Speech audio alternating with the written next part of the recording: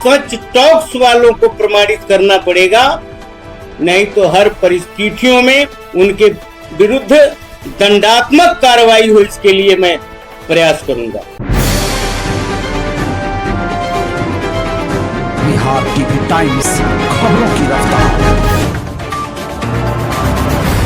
देखिए, मुझे डेयरी मत्स्य व पशु संसाधन मंत्री के रूप में जब काम करने का अवसर मिला तो हमने एक निर्णय लिया। हमारे सचिव हैं कपिल शीर्षत अशोक, हम लोग बैठ के एक निर्णय लिए कि इस बार स्वच्छता के साथ तबादला किया जाए। तो फिर हम लोगों ने एक कमेटी बना ली और तबादला शुरू हुआ। उसमें किन्हीं डॉक्टरों को कोई परेशानी थी, जैसे क्लर्कियल मिस्टेक जिसको कहते हैं, इस आधार पर एक जगह पर 2 डॉक्टर भेज दिए। जैसे यह जानकारी हमें प्राप्त हुई, मैं सीतामढ़ी के दल के कार्यक्रम में सीतामढ़ी में था।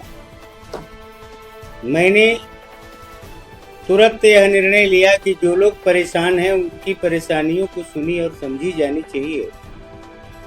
तो हम लोगों ने उनसे आवेदन लेना शुरू किया, विभाग ने उनसे आवेदन लेना शुरू किया। और कार्यक्रम के बाद मैं आया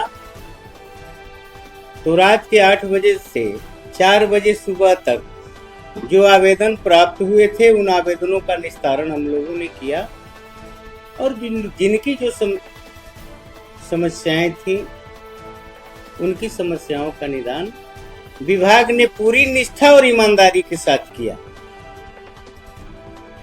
तबादला में पूरी पारदर्शिता का ध्यान रखा गया, कोई कहीं परेशान न हो। मेरे विभाग के द्वारा, मेरे विभाग में कार्यरत पदाधिकारियों के द्वारा या मेरे सगे संबंधियों के द्वारा, मेरे आप्त सचिव, मेरे निजी सहायक के द्वारा कहीं लाभ की कोई चर्चा नहीं की गई। लेकिन दुर्भाग्यपूर्ण घटना घटी और सच टॉक्स का एक वीडियो चल रहा है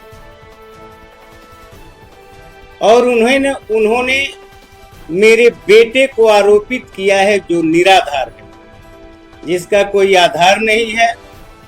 हमने आज उन पर कार्रवाई हो, उन्होंने जो मेरे विभाग को या मेरे अपने सगे संबंधियों को बदनाम करने का जो कार्य किया है, इसके लिए आज हमने उन पर कानूनी नोटिस भेजा है।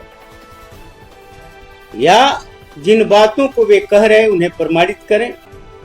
क्या आधार है, किस आधार पर उन्होंने मेरे बेटे को आरोपित किया, आधार को भी उनको बताना चाहिए था।